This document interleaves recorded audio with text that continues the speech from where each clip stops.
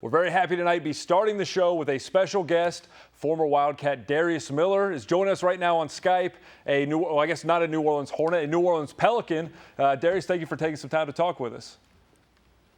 No problem. Thanks for having me. I guess before we get started, I guess we should start by saying, you guys switched from the Hornets to the Pelicans. There was a lot of talk with fans about that. In the locker room, was there any discussion of you guys? Did you think it was goofy or anything? Fans got a kick out of you guys switching to the Pelicans. No, we didn't really think it was goofy. We like the colors, and the logo is nice too. So we have no control over it. We like it. It's definitely growing on us. So we're going to try to have fun and enjoy it. What is life like? You're now 1 year down in the NBA. What was it about your first season in the NBA that was different, maybe more than you expected? What was it like kind of realizing that dream? It was a great experience for me because, like you said, it was a dream of mine to actually play in the NBA, and I feel like we had a solid year. We struggled at times, but I feel like we got better throughout the year. So I really enjoyed it. I mean, it's a grind, and it's really worth it. I mean, they take care of us, and it's a great experience for all of us.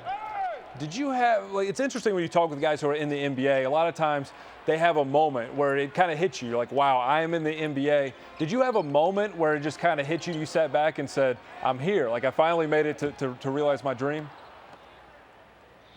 Yeah. When I first got the chance to play against LeBron, I mean, that's the best player in the world, and I was playing against him. So that's when I realized it kind of hit me that I'd actually made it and actually living out my dream. What was it like, that matchup with LeBron? I mean, I imagine it's intimidating a little bit, but does it get you, kind of fired up? You go at him a little harder than you would somebody else? Definitely. Like I said, that was my moment. I really enjoyed watching him play. Like I say, he's the best player in the world in my eyes. So when I got a chance to go up against him, it was a lot of fun. A lot of fun. Of course, it was hard, but it was fun. I bet. Now, Anthony Davis, of course, joined you this year in New Orleans. What was it like having him with you? I mean, did it make it easier for the both of you to make that transition from college to being a professional basketball player? Yeah, it was way easier with him, with somebody to experience it with. I mean, he's a close friend of mine, and we've gotten closer over the past couple of years. So, I mean, it was a lot of fun to have him right there by my side in every experience. I mean, we got the chance times we live right across the street from each other. So, yeah, I really enjoyed it. Like I said, we keep getting closer and closer. So hopefully I continue to be able to play on the same team as him.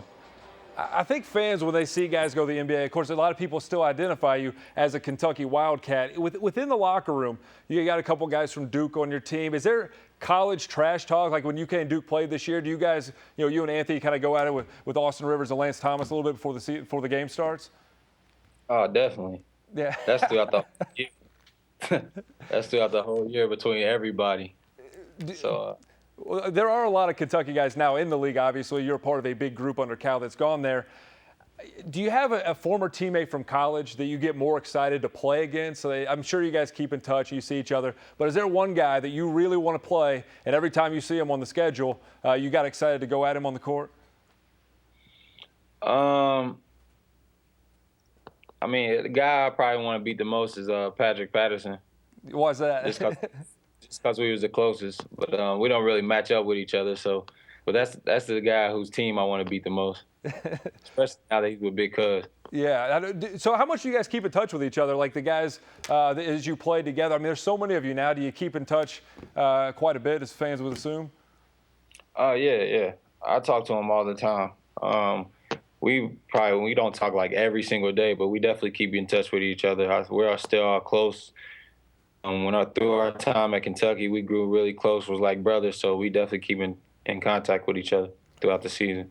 Now, last year's team, another group loaded with freshmen, they struggled. And throughout the season, the discussion of maybe why they were having problems a lot of times came back to you. So they didn't have leadership like Darius Miller gave the championship team. They didn't have a veteran. As someone who's been through the battles and kind of the struggles as a college player, how important is that, you think, to putting together a championship team? Or how would you define leadership in terms of a college basketball team? I think leadership, you don't necessarily have to have a older guy. You just have to have somebody step up into that role.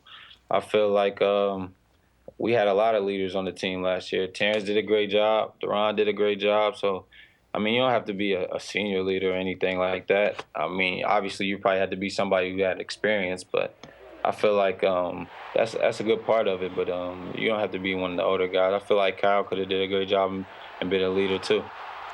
Now, part of that leadership is part of the reason why you're regarded by a lot of people as maybe the most beloved player in the history of UK. A lot of people still identify you as their favorite player. And a lot of it has to do with things that maybe didn't happen on the court, kind of your character you showed during some of the situations, your freshman year where the program was, that coaching situation, freshmen coming in, and you always seem to handle it positively. You turned it into a positive, and Cal gave you a lot of credit for coming off the bench and accepting that role. When you look back at your career, was there a struggle to kind of turn that into a positive? Because it seems like as a development of a young player, a lot of guys don't handle it so well. How are you able to handle those situations so well and use them to a positive and get you to where you are right now? A lot of situations that I went through actually helped me to become a better player. Like you said, with all the young guys coming in and all the great talents coming in, I got to go up against these guys every single day. So I felt like I was playing against the best in the country every day. And all the guys worked really hard. We all pushed each other, so that made me better. And just everything else, just whatever you go through, it makes you stronger, honestly. I mean, that's what happens for me. I feel like that's what happens for everybody. So, I mean, I feel like it's actually really good for me to be playing with those young guys. And that kind of transition, we asked some fans to submit questions on Twitter and Facebook. And on Twitter, Jason Lindsay asked if you could maybe talk about battles that happened in practice under Calipari. He talks about them a lot now. What were some of the battles that you were a part of or you enjoyed watching in practice, and how much did that help your guys' success? We've had so many battles since I've been, when I was at Kentucky. You had John and Eric used to go at it. You had Big Cuz used to go at it with Josh and Pat. Me and Mike Gilchrist. You had a lot of players, honestly. A lot of players that went at each other. B Knight and Duran used to go at each other. So, I mean, it was all fun. I mean, we talked a lot of trash against each other, and that helped us to become closer and become a better team. So, really, in practice, it's just like another game. Like I said, it's just like, in my opinion, it was some of the best players in the country going at each other every day. Cal talks about now this team coming in, how they're going to have that competition in practice, and it wasn't there last year. How important is that in taking a team for being pretty good and talented, but being a championship-level team? Oh, that's very important. That's very important. We pushed each other every day, and I feel like when you have that competition, when you have players going at each other like that every single day, you just become better. And like I said, that makes you a closer team too. When you gain another sort of respect for the player, once you go against them every single day, you know what they're capable of. You get to see what their game's like, and I think that really helps. Chris Gottler on Facebook submitted a question. Wanted to know what message you would share with the new group of incoming freshmen about what they can expect as they join Big Blue Nation and all the things that come with it. I know they can expect a good time. They're going to be a really good team. I feel like Coach Cal is going to let them have a lot of fun, so they should expect that. But at the same time, they're going to have to expect to work hard too. And from what I'm hearing from some of the coaching staff and some of the people that seen them play, they are hard workers. So I feel like if they carry that into UK, they'll have a great time. I know they're a very talented bunch. I've seen like highlights and clips of them, so they should have a great team. And I know everybody's excited about them, so they should expect that and expect to have the best fans in pretty much the world, in my opinion. And hopefully cut down on some nets again, and then you could talk some trash to Austin Rivers and Lance Thomas, right? Definitely. On Twitter, also, Wildcat11 wanted to know what it was like getting selected by New Orleans and getting to go back to a place where you won a national championship and already had some memories. That was a great feeling, Like I was saying earlier, it was like a dream come true for me. And the city of New Orleans, I like playing there. I love it. Like you said, we got a chance to win a championship there, so it's just great down there. It's a nice place to be, you know what I mean? So it's a great experience. And the final question, it comes from someone who's probably a little familiar to KSTV viewers. It's the Helmet Guy. He submitted a question on Twitter. For people that don't remember who Helmet Guy is, here's a little clip we're going to play of the Helmet Guy. Darius, he's the key to the entire championship. I tell you what, back him down. All you got to do, if we're in trouble, give it to him at half court, back him down the entire way. So that's the helmet guy, Darius. He wants to know, dear Wildcat legend, he called you Wildcat legend. He wants to just make sure you'll keep backing people down from half court. Can you commit to doing that for him? Hey, I can. All right. And finally, you're going to be giving fans a chance to see you while you're in town. You're going to be signing autographs tomorrow at Lexington Sports Cards from 6:30 to 8. And you also have a couple of camp opportunities. The first is Mr. Basketball Skills Camp with Chris Lofton. That's in Maysville, June 27th through 29th. That information is on the screen as well as our Facebook page. We have it up there. And also, you're part of Camp 1, which has 2 sessions, one in Louisville and Lexington.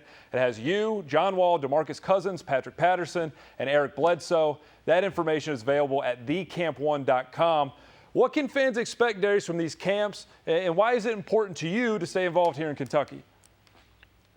We just want to get back and interact with everybody, honestly. We want to have fun with them. They showed us a lot of support, so we want to do the same for them. So hopefully we get out there, see some familiar faces, and meet some new faces, and have a good time. All right, we have one more. Bradley McKee, KSTV's Bradley McKee just asked me in my ear if you can explain why Fleming County is better than Mason County. Do you have an answer for that? They're not. Chris Lofton said the same thing, but he still keeps going with it. Darius, thank you for joining us. Appreciate the time, and best of luck this weekend with your camps. Thanks for having me.